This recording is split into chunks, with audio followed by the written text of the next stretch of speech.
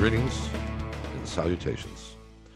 McCowan at home, Shannon at home, you, wherever the hell you are, listening. You're at home too. And it's hump day. It's a Bob McCowan podcast. James Sharman is going to join us from Costa Rica. What? Is he doing an analysis of the NHL trade deadline? No. We're done. We're done with that, John. Are we? Yeah. I stomached 2 days of it, and that's enough. So about Jack Campbell. Stop. So this is almost an unforeseen event, like the kind of event you kind of, if you're a soccer fan, you sort of dream of, but you don't dare really think about it because it just didn't seem likely. And I know there was some level of optimism before this play-in tournament began. But what has happened has been absolutely mind-blowingly stunning. Canada leads the division. The CONCACAF World Cup qualifying. And has a chance to clinch tonight with still 2 games left after this. So they got 3 chances to clinch.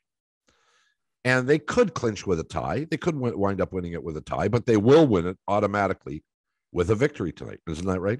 Yeah, I think so. So. No, tomorrow night, Bob. Tomorrow night. Tomorrow night. So this is a big deal.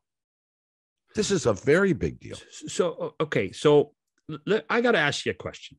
Well, go ahead. I mean, I'm not the soccer guy. You know that. I'm just a fan of these guys. Well, so that's where my question comes from. What is it? I mean, you don't like this game. No. What is it about this team that's turned you on? I don't know. Seriously. I really. I mean, was it the warm weather in Edmonton?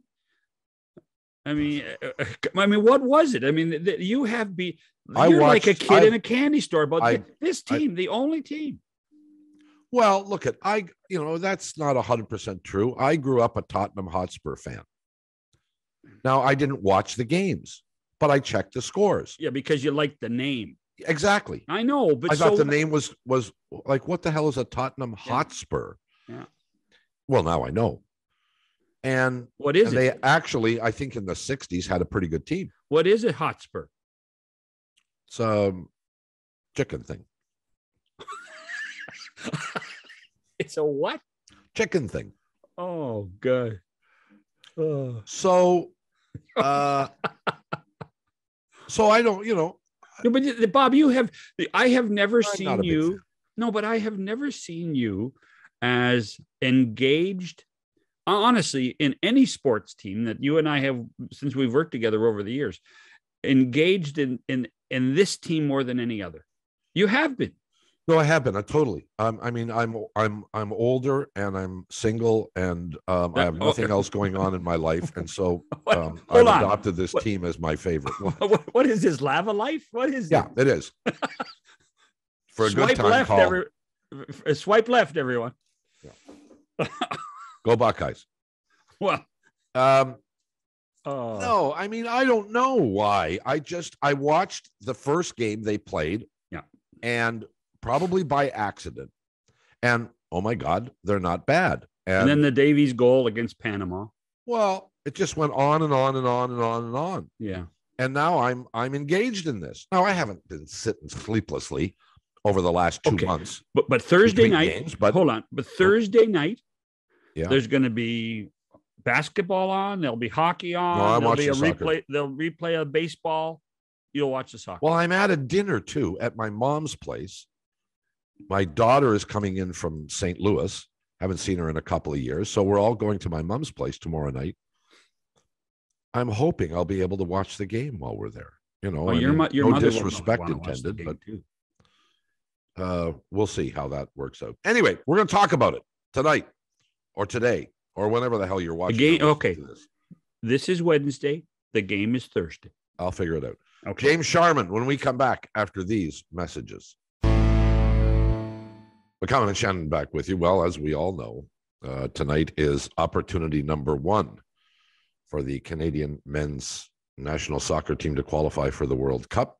They get Costa Rica in Costa Rica. James Sharman is there for us. Well, not for us, but he's there. This is our first time, Bob, on the history of the podcast that we're from Central America. Well, there you go. Thank you very much for that, John. I mean, this is a milestone, man. I feel honored. Congratulations to you then. Oh, we thought you were scouting pie locations. So that's not a bad idea, actually. Any excuse to move down here, I'd say it's beautiful. Are you on the same time zone as Toronto? No, we're 2 hours early, so it's pretty early here right now. But I'm still my clock's still on Toronto time, so I feel just fine. What should we expect from this game tonight? This is not a terrible Costa Rican team, but there is an expectation that Canada should and will figure out a way to get at least a point out of this. I think so, yeah. But you made the point. They are a good team, Costa Rica. They had a slow start to qualifying. They've already come on now, 10 points in the last 4 games, and they're desperate at this point. They're really desperate. They're a team that needs to start getting 3 points in a hurry as they try and catch Panama in the standings. So it's going to be a hard match for Canada tonight in front of 35,000 fans. And as you know, down here, they take their soccer really seriously. It's not Honduras, okay? It's not El Salvador.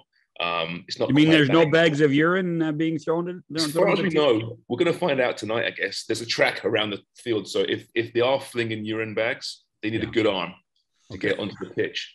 So that's, I think if you're Boyan in goal, you should be thankful for that.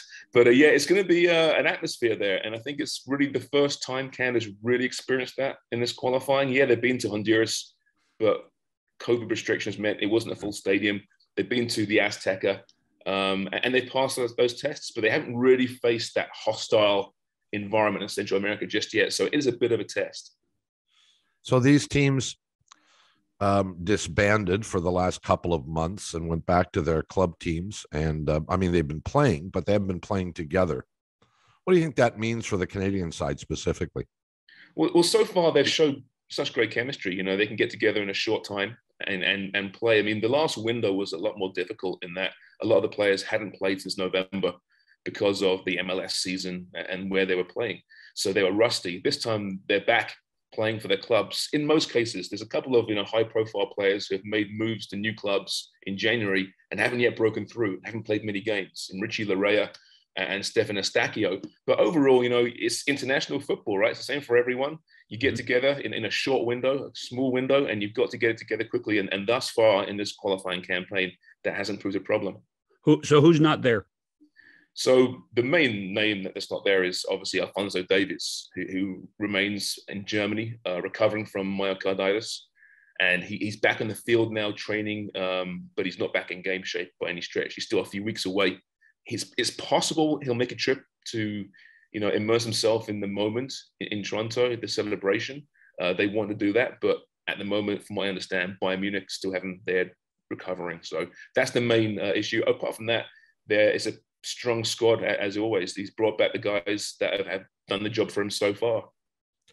So if just for clarity here, because it's been a while since we talked about this, a tie tonight and they're in?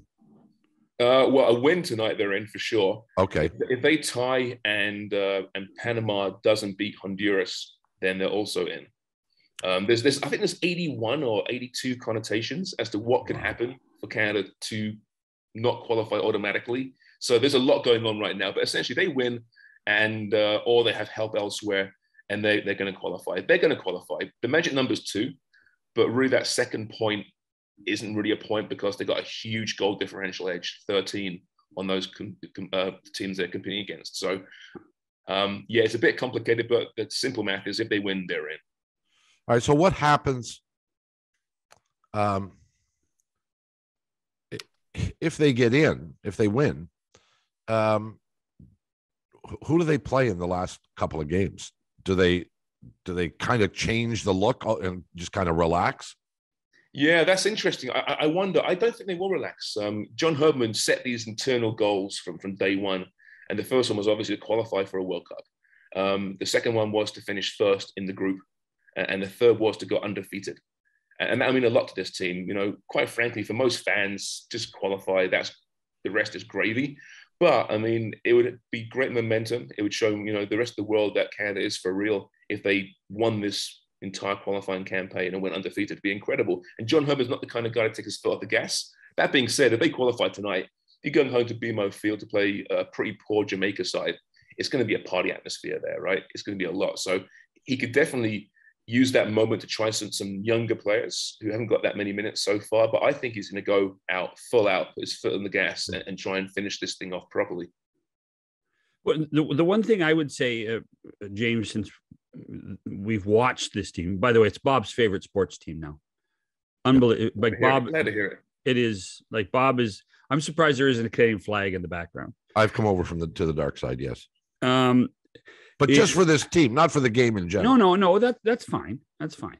But what I would say is that now that soccer's back being played around the world, there are a lot more mentions of scores, and more importantly, Canadian players who have scored goals.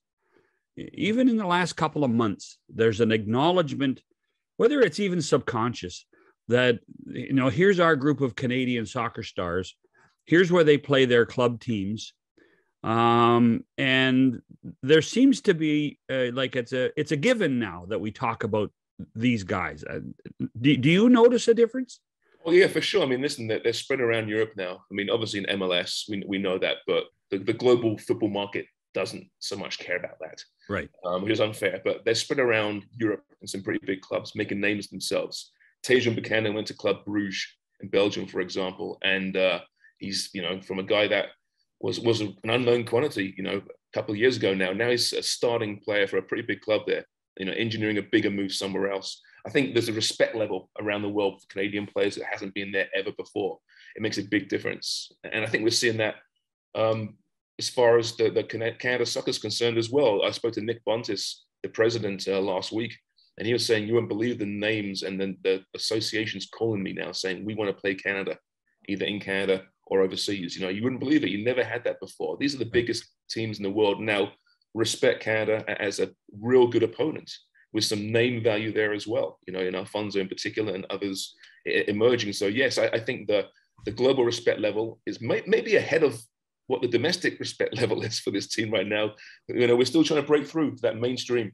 Yeah, I think that's a really good point. But the Jonathan Davids of the world, I mean, they have made an impact just by playing for our country, and then now we might watch a game not necessarily in the league that he plays in, but in La Liga. We might watch a game. There seems to be a true breakthrough in soccer viewing, not by Bob, but by a lot of people. I think we're breaking through. We're not broken through just yet. I think John Davies is a great example, though. I mean, he's a guy that's going to move likely to the Premier League this summer, right? A lot of clubs were sniffing around him in the January transfer window. His agent says he's leaving Lille in France this summer. He's going to a big club. And when that happens in the Premier League, love it or hate it, it is kind of the league that dictates the global club narrative, right? And that's really important. So you get Canadian faces and brands playing in England in that league, they're going to become superstars and name value. So I think this summer's a big one. So by the time the World Cup comes around in November, you're going to see some of these players already have made big moves and are playing and have name value in other leagues. Following up on what Shannon just said, I think we've all recognized that there's a curious thing that's been going on in Canada for the last 20 or 30 or 40 or 50 years. And that is, there are plenty of soccer fans out there, but they're not really Canadian soccer fans. They're Canadians, but they are fans of the team that their father cheered for, or their grandfather cheered for, or the nation they came from, or the nation, whatever. Yeah. There's that line, and they don't really, a lot of them haven't really crossed that line. Now, you can make the argument that Canadian soccer has been so inferior that they weren't motivated to follow the Canadian team, to cheer for Canadian sides, et cetera, et cetera. Do you have any sense that might be changing? Yeah, I do, 100%. I mean, when I first started, in sports media 20 odd years ago now, it was very much the case. The Canada soccer team had a very small following, and apart from that, people dismissed them, they ridiculed them, they laughed at them because, well, I've grown up watching the Italian national team or the English national team, and they're much better. It was a real I know it wasn't much fun to talk to these people. Quite honestly, it's embarrassing, and we'd see teams come to Canada to play Canada, and there'd be more Jamaican fans in the stands, right? Than Exactly. Canadian fans, and it really pissed off the players as well, who would be in their room before a match, and they'd hear, the Jamaican fans chanting or the Honduran fans. I've spoken to players. They say it was brutal. Now it's changing. We've seen the games recently, for example, in this window, in Hamilton and Edmonton, is partisan Canadian fans. I think the shift started really back in 07 when TFC was born, and I really expected to see a bunch of Euro trash like myself going to games and watching it. Instead there were Canadian kids watching this and partying and learning the game through MLS in many ways. So I think it is changing. It's not there just yet, but I think that you nailed it though. A good team changes everything, right? A star value, a poster boy, Alphonso Davies changes everything. Now he's a Canadian. His Canadian team can be proud of. And hey, maybe Italy aren't even in the World Cup. It's possible, right? Coming up, and Canada is. So you have no choice. Well, invariably in sports, we set the bar of expectation. And the bar moves around. It depends. If you're a fan of the Tampa Bay Lightning, the bar is win the Stanley Cup. Anything less than that, you're disappointed. With the Toronto Maple Leafs, it's win one round in the playoffs. Canada soccer is a little different than that. Well, but Canada soccer has been essentially non-existent in the international scene for decades. And now we have this almost sudden emergence, James, of this team and this country in soccer. Like, we're not pecking away against Panama for fourth place or third place. Yeah. We're trying to wrap this thing up and just cruise into the World Cup. That's a big move. Being the power in the region, the main power in the region. And people forget, okay, qualifying is great for the World Cup. Yeah, but there's other tournaments. There's Nations League. There's the Gold Cup next year where Canada will be favorites to win. Mm-hmm. That's never happened before. So Canadian fans can get behind a team outside the World Cup cycle, and say, yeah, we can win trophies now for the first time. I ran into a bunch of Voyageurs last night. Happened to join them for a few beers. I'm shocked. Do my research, as you do when you're on the road. They are they've always been passionate, but they were saying that their fan base, their membership has grown enormously in the last year. Sure. When I first started talking to the Voyageurs years ago, they had under 1,000 people. Now they're saying maybe between 3,000 and 4,000. I think they were saying. You should explain to the non-soccer fan what the Voyageurs are. Yeah, basically it's the fan group. It's the guys that guys and girls that just support this team, always have, are at every game. They're the ones chanting, the loud ones in the corner. They've always supported the team really well, albeit in small numbers. There's 300 of them coming down to Costa Rica.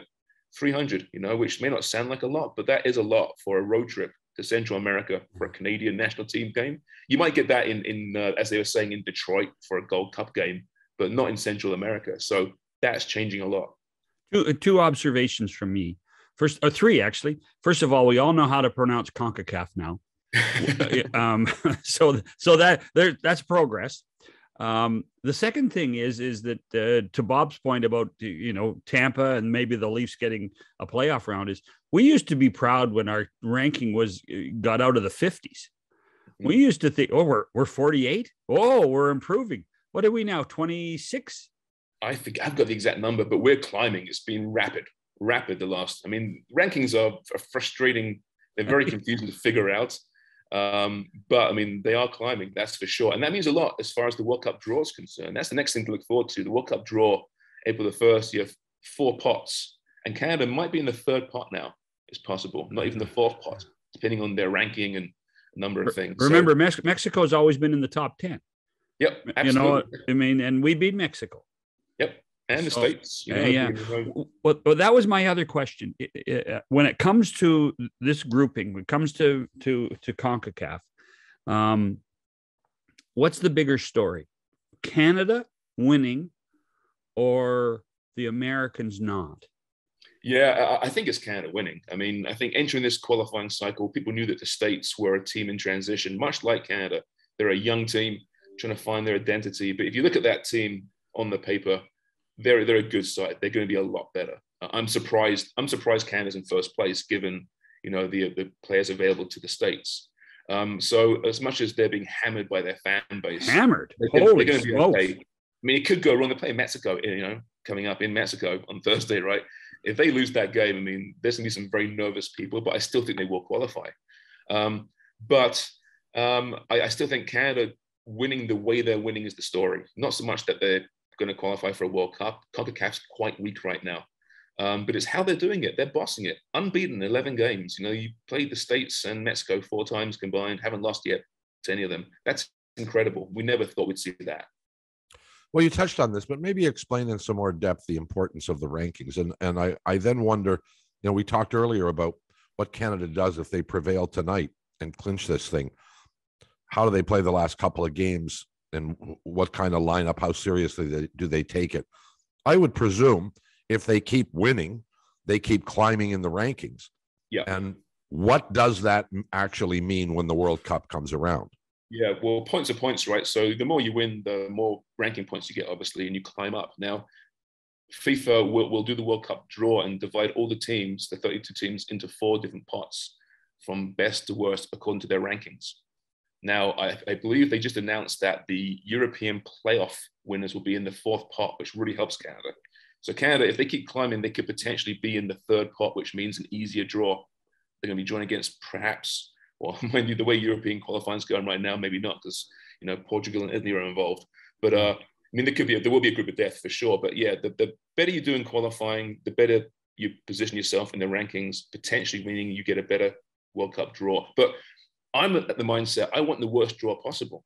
I want Canada to play the best teams in the world now and make a name for themselves. You don't want, it's funny, I'm an England fan on one hand, Canada in the other. I want England to have the easiest draw possible because they're in World Cups all the time, breeze through the group phase. Canada, let's play France. Let's play Germany. Let's see what this team's made of, because getting to the World Cup to me is more important than even doing well at the World Cup because it's our first one. I'm not being greedy, nor am I being facetious. I would just like Canada to go to the World Cup and score a goal, which in 1986 they didn't. They went to the World Cup and I watched every game. I was proud Canadian, and there were of the games we played, we didn't get it past midfield at points. And that was a bit of that was a bit discouraging. That team qualified in guts, in good defense. Yeah. And, I know they didn't score a goal, but they also played France and weren't blown out. So people laugh about that. But hey, if you told me that Canada would qualify for World Cup every year and not score a goal, I'd probably take it begrudgingly. this absence of World Cup berths has been painful. Is there any reason to believe that Canada could play with France or Britain or Italy or any of the great teams in the world? Have we seen? You have a much better trained eye than I, much better. What do you see? Do you see them being capable of playing with those sides? It's a really good question because I want to see it because we haven't seen it yet. We've seen them play in a CONCACAF region that, seeing a US team in transition, a Mexican team declining, Honduras and Costa Rica, not the powers that they once were.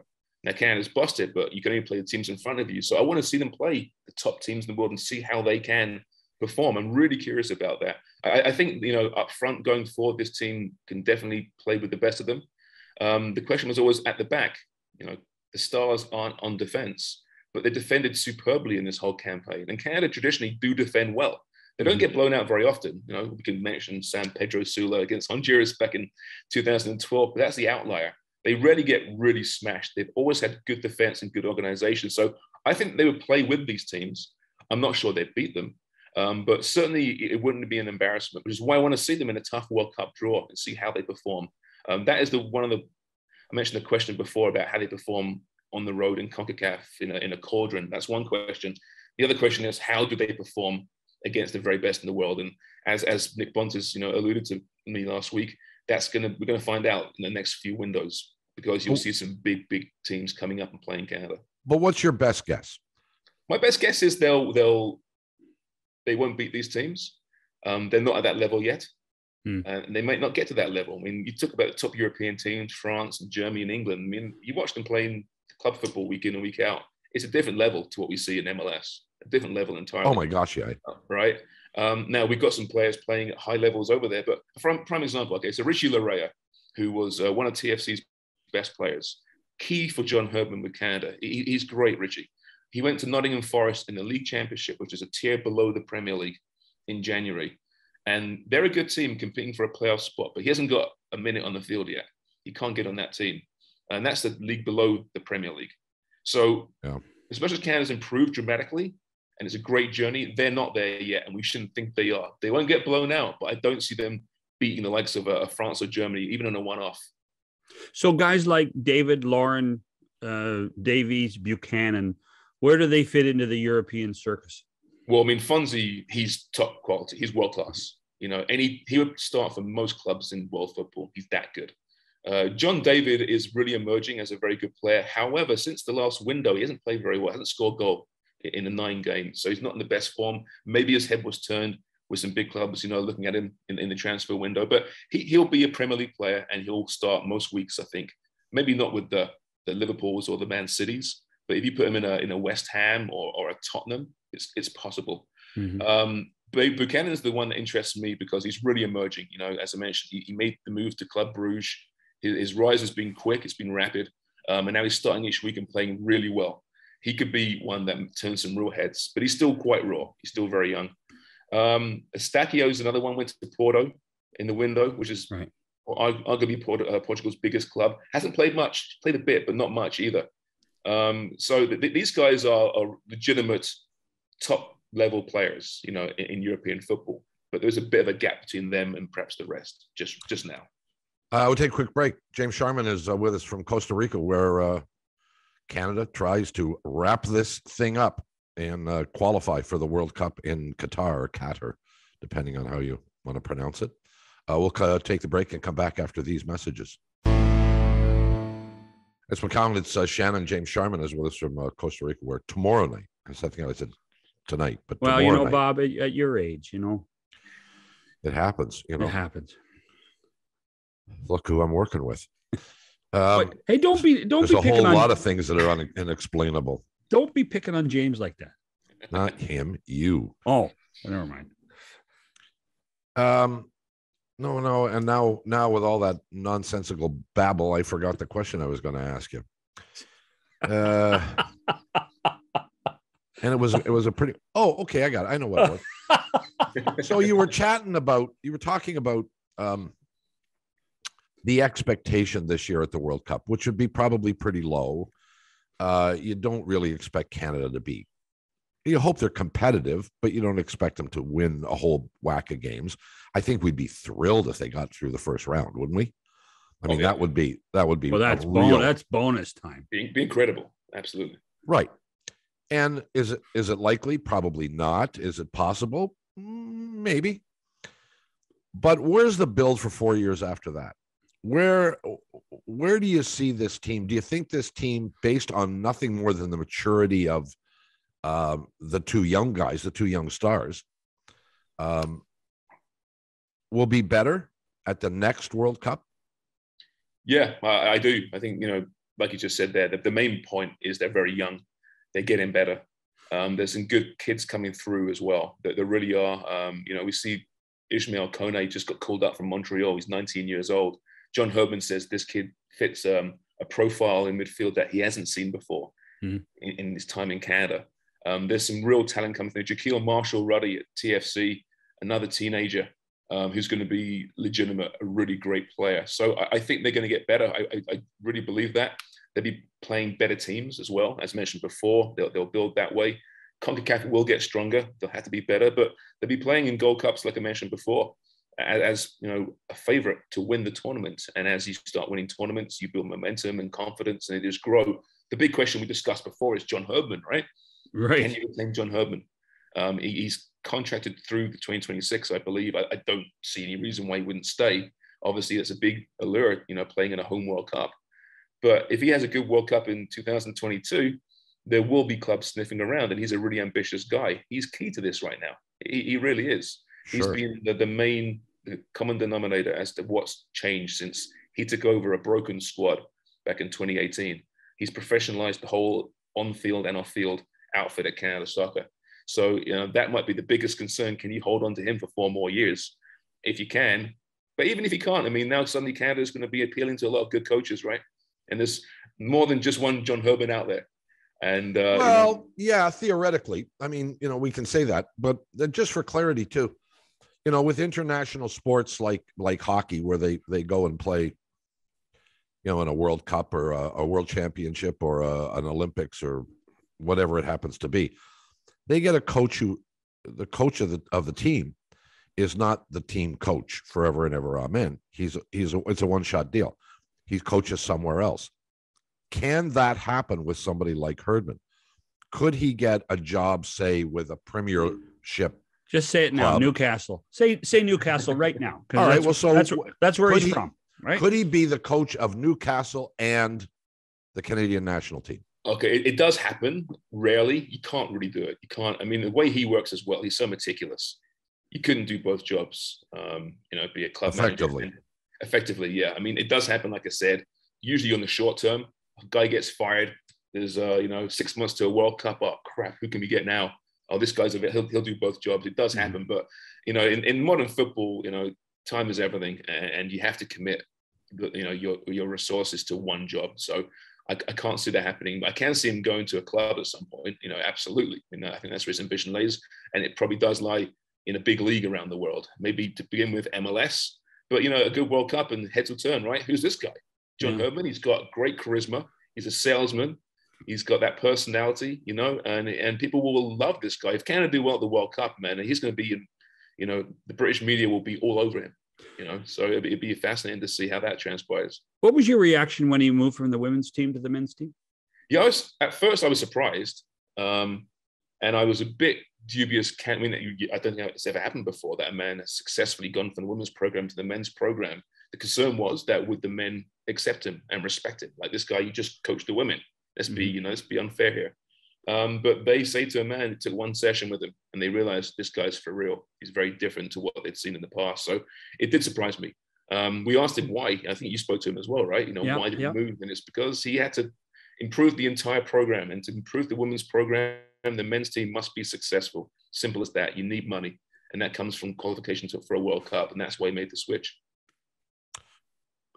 So, but he actually, sorry, Bob, but the fascination with Herdman is that, he does have a bit of a chip on his shoulder, doesn't he? Oh, he really does about proving the program, everybody's criticism of the program wrong.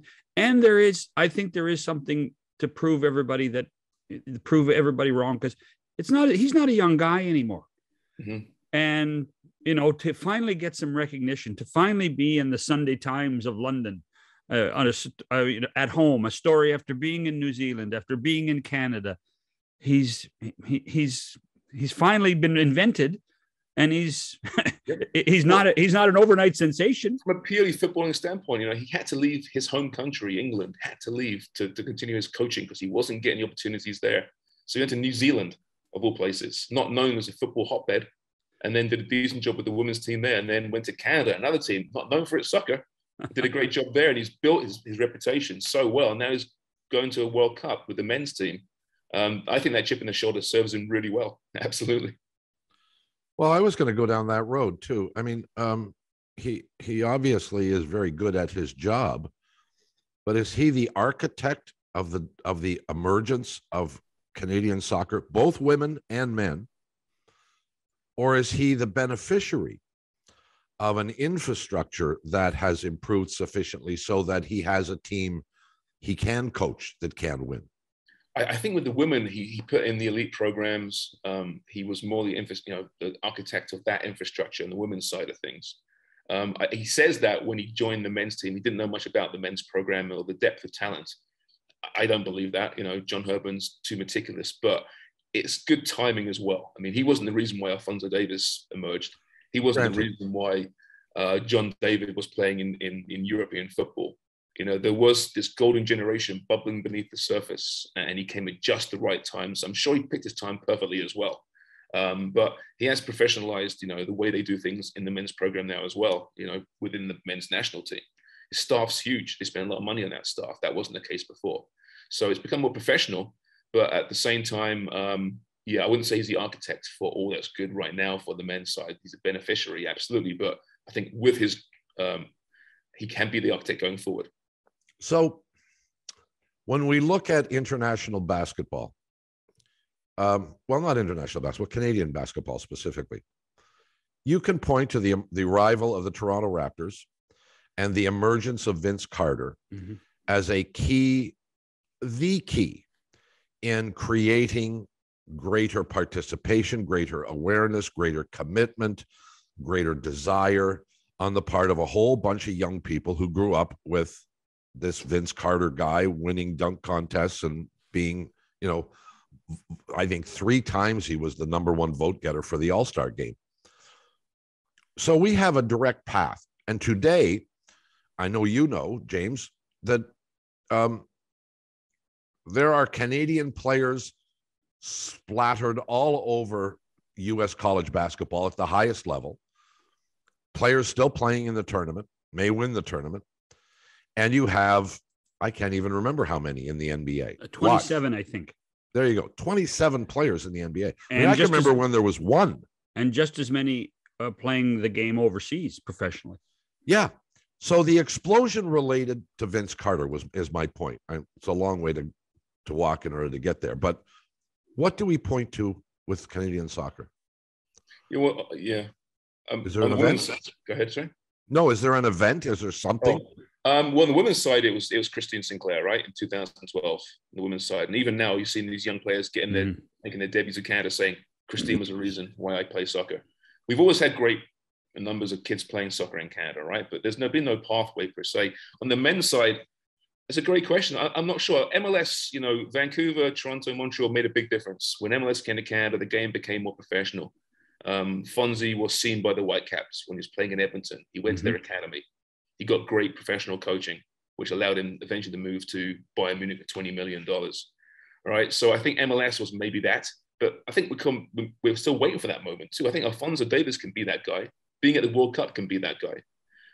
That can be the reason, because we're still waiting. We're still so early in our infancy, in soccer. We're not there yet. We're enjoying this golden generation, but we're only going to get better. Qualifying for 2022 is great. Next World Cup, we're going to be a host. We're going to qualify. From that point onwards, it's 48 team World Cups, which means more berths from CONCACAF, which means Canada won't be failing to qualify for World Cups, knock on wood, for a very long time. And I think that will build it. We're seeing on the grass itself, right? We're seeing the CPL being born, right? Which is a small league right now. Not many people go to watch the games at the moment. It's going to grow. They were born during COVID. It's tough. But now we're seeing players move from CPL to MLS on a regular basis. TFC started 2 players who were playing CPL last year, this past weekend. The pathways being put in place for kids to now see, if I play in Canada at 13 or 14, I might get seen by a CPL club. I can see a pathway that takes me to the biggest clubs in the world. That's crucial, I think, for development. So enjoy this right now. We've got some great players, but it's just the beginning. It's maybe in building for a while, but it's really just beginning. How much of the onus of that, and Bob's point is really an important one. And we used to see at Basketball Canada, they would flail for years. The governing committee, the national governing committee of basketball, went through CEOs like it goes through paper on the photocopier. Where is the governing body of soccer in our country, and are they prepared for this growth? Yeah, well, I think they are. They got the new president, Nick Bontis. He's a smart guy. He's been there for a year or so. He understands. He's been involved in Canadian soccer for a very long time. Peter Montopoli did a really good job as the CEO for a long time. He's now left. He's basically working with FIFA now on the World Cup specifically. They're interviewing, as of last week, they were interviewing for this new position, the top guy in Canadian soccer, who's got to be a marketer and a salesman. They've got to bring money in. It's absolutely key. So the next few weeks will be very, very important, I think, going forward, who that person is. But you know what I mean, because I mean, amateur. I've done enough Olympics and worked with enough organized committees of sports where they get in the way and hinder the growth of the sport. Right? Sports administrators. The only thing worse than a sports administrator is a sports administrator with a walkie-talkie. So those are is Soccer Canada prepared for the next 20 years? Because that's the important thing because revenue is going to come in. Do they have enough places to spend the money? Do they have the right places to spend the money properly? Are they going to waste it on bad salaries?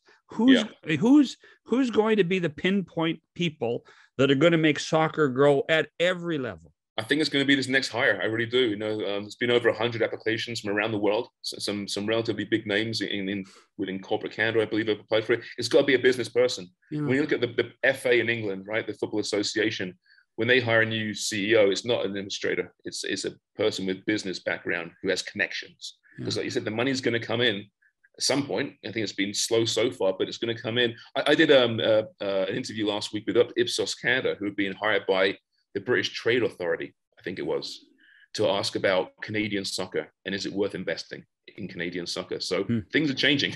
They are, but it has to be that person. That next hire is going to be absolutely key. And just as background, hockey had the same problem for 50 years until the early 90s, when they focused and they put the program of excellence together.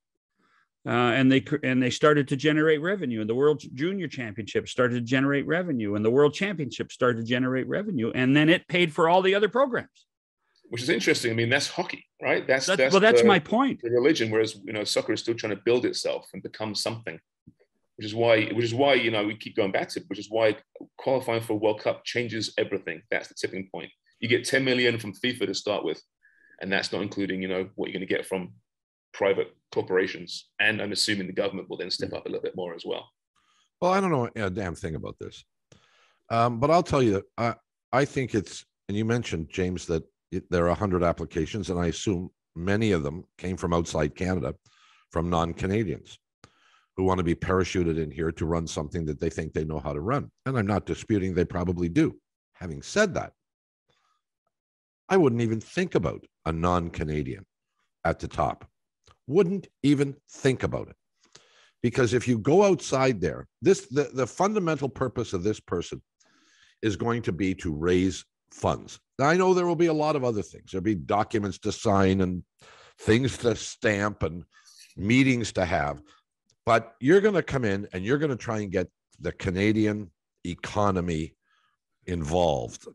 You're trying to get sponsors. You're trying to get commitment for big dollars to improve all the programs, not just the national team program, but all the programs below it, like Hockey Canada did.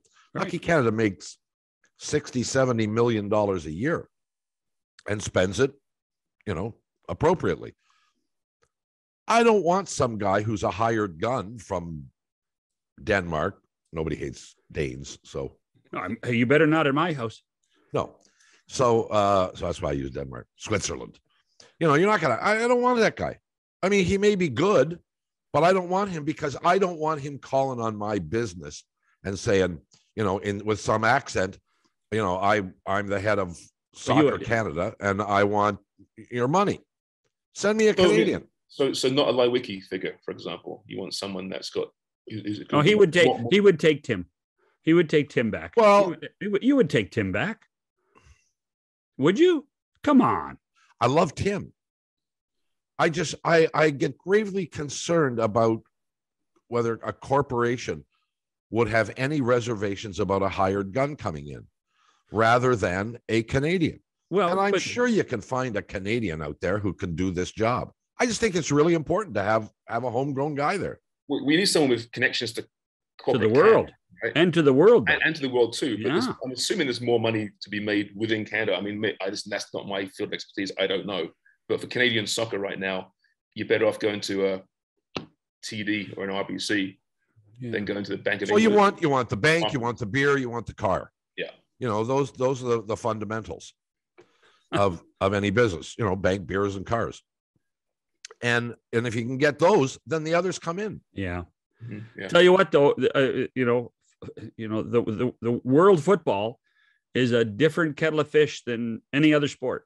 And I understand your logic, Bob, and I in my heart of hearts, I agree with it. But if you can find the best business person to do it, and he's from England or from France or from Hong Kong, bring him in. But how do you determine whether he's the best business person? Listen, a friend of ours, James knows him. Dave Hopkinson, longtime MLSE employee, chief marketing officer of MLSE for years, ended up going to Real Madrid. Yeah. He went to Real Madrid. Hey, Guy Lawrence went to Chelsea. What? No, Guy Lawrence came here first, though. That's the problem. That was the bigger problem. Okay. Sorry. Hear to that. I heard the rumor that Larry Tannenbaum was putting together a consortium to buy Chelsea. No, I actually, it's not a rumor. Actually, I had an email conversation with Larry Monday night, and he confirmed, yes, he and his venture capitalist buddies have put one of the 15 bids in. Wow. And it's not an MLSE bid; it's a Larry Tannenbaum bid.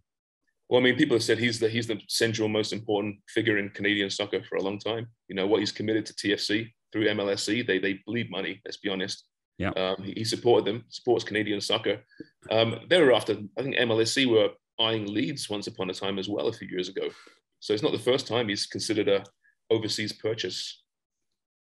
What I can tell you is when I was there and Richard Petty was running the company, they were not necessarily thinking of buying a premier team. What they were was they spent a few months analyzing teams of how to make their, like Chelsea, was it Chelsea Village? Is that what it is? At Chelsea Village? Yeah, right. So the whole thing around the stadium, it was one of the impetuses, that and what happened outside the former Staples Center, LA Live, of the impetus of Maple Leaf Square. Okay. So, but no, there's been no question. They've always looked towards, Leeds, Chelsea, Manchester United, for some guidance on business side, but this is the first time I think that they've actually had the venture and put a bid forward. It's interesting. I guess we'll find out in the next. I haven't checked the news this morning yet, but very soon the finalists that Chelsea could be had for a pretty good deal by all accounts. Hey, that also leads me to on the world soccer stage, the impact of the Russians not being there. Is it a factor? No, I don't think so. Not from a football standpoint. Absolutely not. I mean, they wouldn't have made much noise at the World Cup. It's a shame. Of course, it's a shame, but what options do you have, right? James, under normal circumstances, we'd ask for some prediction from you, but I don't know if you want to. Do you want to jinx anything? Take a shot. I wouldn't be surprised to see a draw here, but every time I've questioned them so far, they've proven me wrong. Yeah. So you and me both, pal. Costa Rica's a good team, and it's going to be a really hostile environment. So I'm really curious about this match, and perhaps more than most. Tomorrow night, and Canada can, with a victory, clinch, and maybe with a tie. Correct? That's one of the two of the connotations. There's a lot of math involved. Two of the 82. Yeah. Okay, now this is where you plug your pie company. All right, Sharman's Proper Pies, sharmansproper.ca. I'm a great salesman, aren't I? Oh. They know the. You want to start again? Yeah, sure. Okay, go. Sharman's Proper Pies, sharmansproper.ca. Yeah, we deliver around Ontario at the moment. Come down and see us in the Danforth. Best pies you tasted since Mum baked them. And I will agree with that, and I know Shannon will too. They are spectacularly good, and I'm going to be by soon because I've run out. Me too. Thank you. Thanks, pal. All the best. Stay safe. Thanks, guys. Cheers. James Sharman in Costa Rica, Canada, and Costa Rica tomorrow, and maybe a big celebration after the game. We'll come back with more after. That's at Bob's house. No. Our thanks to James Sharman for joining us on the program. We only got a couple of minutes left here, so some quick things. Yeah. Kikuchi started for the Blue Jays yesterday and looked good. And I guess we have a level of confidence. Spring training, though, Bob. I get it, but we have a level of confidence that this organization has shown the ability to bring pitchers in who have not performed as well as expected and fix them. Well, this is the Pete Walker rule. Well, is there reason to think that maybe this couldn't happen again? No, I mean, based on what we've seen the last couple of years and how Pete Walker has made baseball players rich. No, I agree. I mean, there's something there. And there's no doubt that, and I say this every year, and I probably don't follow this, but spring training wins and losses mean nothing. Okay, good. Over the course of a regular season, nothing. They're not an indicator. Yeah. But this team's 4-1 and playing very well, and pounded the Yankees 9-2 yesterday. And I think the pitching is going to be really good. Yeah. Hey, one other thing that didn't go under the radar, but we've talked a lot about golf recently, a couple of shows. Yep. Phil Mickelson he's not on the Masters docket, first time since 1994. When's the last time a Masters champion who could play didn't play? Right. That's my point. I don't think it's ever happened that I can recall. I mean, if you're injured, no, but that you couldn't play it. But you said you. I mean, so to me, this is, boy, oh boy. I when you talked about it a few weeks back about Mickelson's, his fall from grace. This might be the best example of that fall from grace, don't you think? Well, assuming Tiger isn't going to play, well, I don't think he is. He's not ready yet. I don't think so, but you never really know. Tiger and Mickelson not playing in the Masters. Those are two guys, even at their age, and combined, it's getting close to 100 between the two of them. You have to think about them winning. You have to give those two guys a chance, even at Phil at 51 and Tiger at 45. You wouldn't bet necessarily against them. And now neither one of them are there. Yeah. I just think the whole story that, I mean, Phil, as a former champion, he has the right to go for the rest of his life. And a big part of it is the histrionics of the week. I'd get banned for the word histrionics from the Masters, by the way. But the whole thing with the champions dinner, the par 3 tournament on Wednesday. I mean, for him not to be there, this is something. It really is a story, and it hasn't been played up very much. 2 months ago, Ash Barty, age 25, won the Australian Open, her third Grand Slam singles title. She's been number 1 in the world for a long time, and now at age 25, she's going to walk away. She's quitting. But if you walked around the streets and asked a generic non-tennis player, who's Ash Barty? Yeah, I'm not sure they would know. I agree. It's really an intriguing story. She's a great player and been a dominant player, but nobody seems to know who she is. Anything else you want to address? No, that does speak to where tennis is right now, trying to find itself, trying to find that superstar, trying to find the next Serena. Women's tennis, especially. Yeah. Well, I mean, we're the men are getting close. Yeah, I was going to say we're at the cusp of trying to find that on the men's side too.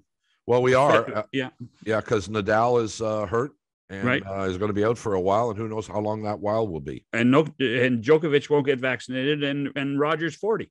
And Roger's 40 and hurt. Yeah, and that's the name of that tune. So, all right, we'll come back tomorrow with something interesting, or perhaps not. We'll see you then. Goodbye, everybody.